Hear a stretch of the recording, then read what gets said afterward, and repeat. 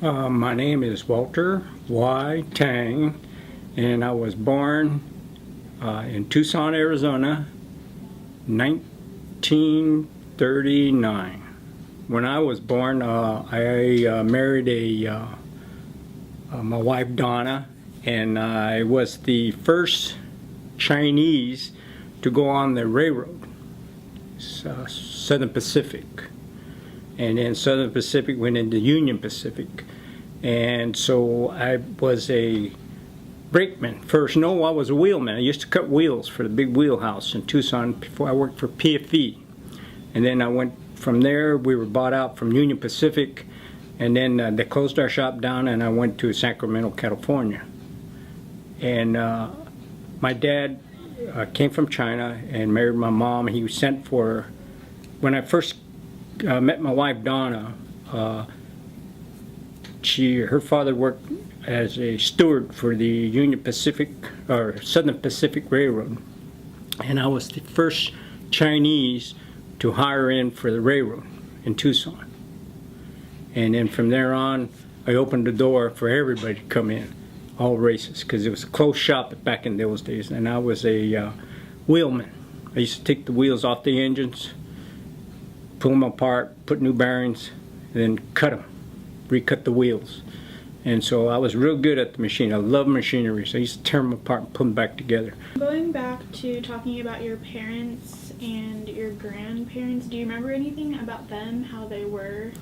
No, I remember that my dad worked long hours. He worked almost, I'd say 18, 20 hours a day sometimes. All depends, just to make the little grocery store work and pay off. And then from there he opened his first grocery store, bigger store.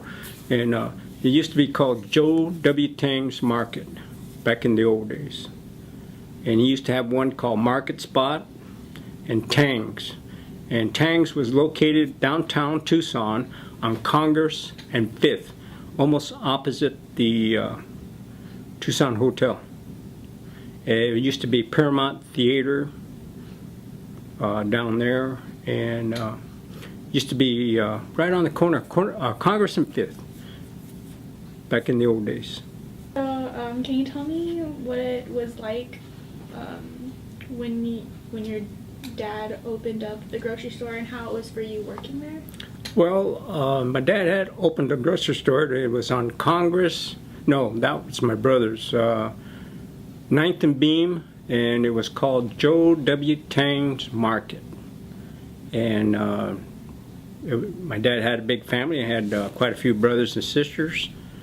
So that's why all the neighbors used to come over and says, "You know why you opened a grocery store? Because you had so many kids." We used to laugh about that because there was quite a few of us. We used to control the whole neighborhood because we had them all different sizes. We all lived in the grocery store. And my dad, as he grew and the business grew better, and he opened another grocery store. It used to be called Market Spot. And whatever didn't sell, like the produce, he'd buy fresh produce. Whatever didn't sell that day, you were sure going to eat it that night. So before you're talking about how you married your wife, Donna, she's Polish. How did you two meet exactly? Well, how that worked was I worked for the grocery store, and she was a cashier. And when she was a cashier, I was the head stocker, so I ran almost the front. And I asked her out one day to go on a date, and we hit it off real good. And we were together for about 4 or 5 years before I asked her to marry her. And I thought her father would be kind of ticked off because he's Polish. And he said, "Be glad that she's going." Well, let's see. I can remember one about my son, Walter Tang Jr. We had an old apricot tree in the backyard. It was half dead, and branch was just sticking out one arm, where he loved to jump on that thing and swing like a gorilla. Well, one time we were out there, and me and my wife were sitting out there. We were in the living room looking around, and I was watching Wally swinging on the tree, and I said, "He's going to get hurt doing that." And no sooner I said that, he fell. The branch broke off, and he fell right on his stomach. knocked the air out of him. Anyway, he just fell down there, and my wife said, "No, you know, he fell." I said, "I know. He's getting up right now, and he's coming right toward it."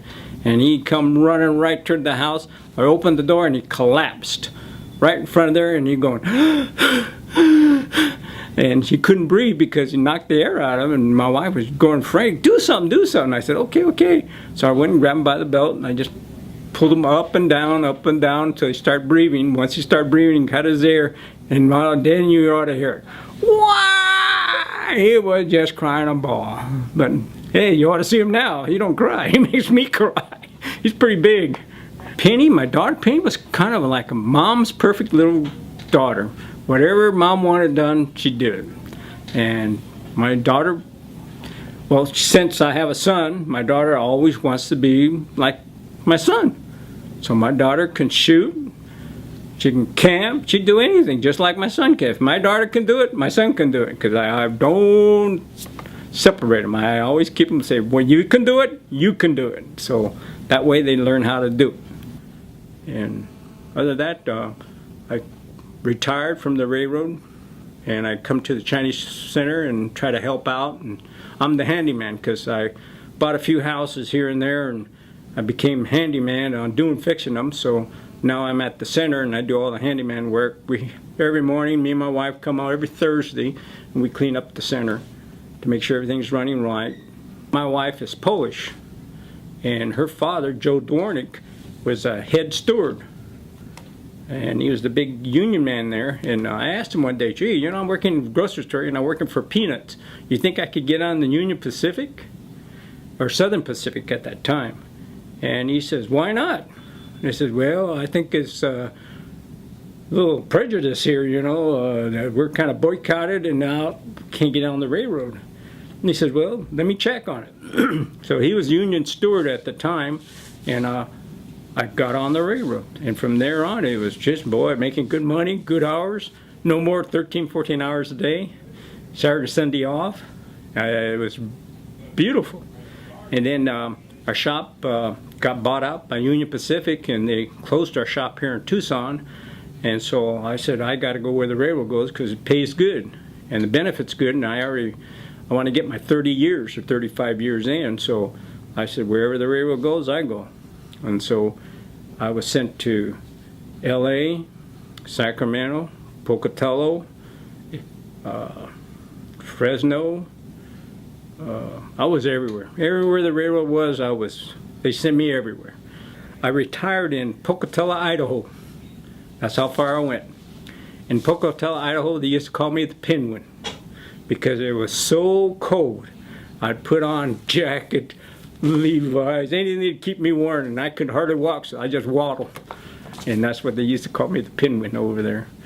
Yeah, because I couldn't stand the cold. I'm a desert rat. I like it hot and dry. So they used to laugh at me, because they says, "Here comes the Penguin," and I couldn't figure what they were talking about. But after a while, you know, I started walking around. I said, "You know what? I do look like a penguin." At first, they didn't trust any Chinese, because they had problems before by the labor, because they were bringing them in for labor back in the old days. They used to bring them in by the shipload. Then after that, the government started cutting it off. No more foreigners in. And I was just the lucky one. I just happened to be at the right place at the right time. And railroad's been very good to me. I love the railroad. I wish I could stay another 10 more years in there, because my job was easy. Once you're an inspector, you know your job, you know it pretty good.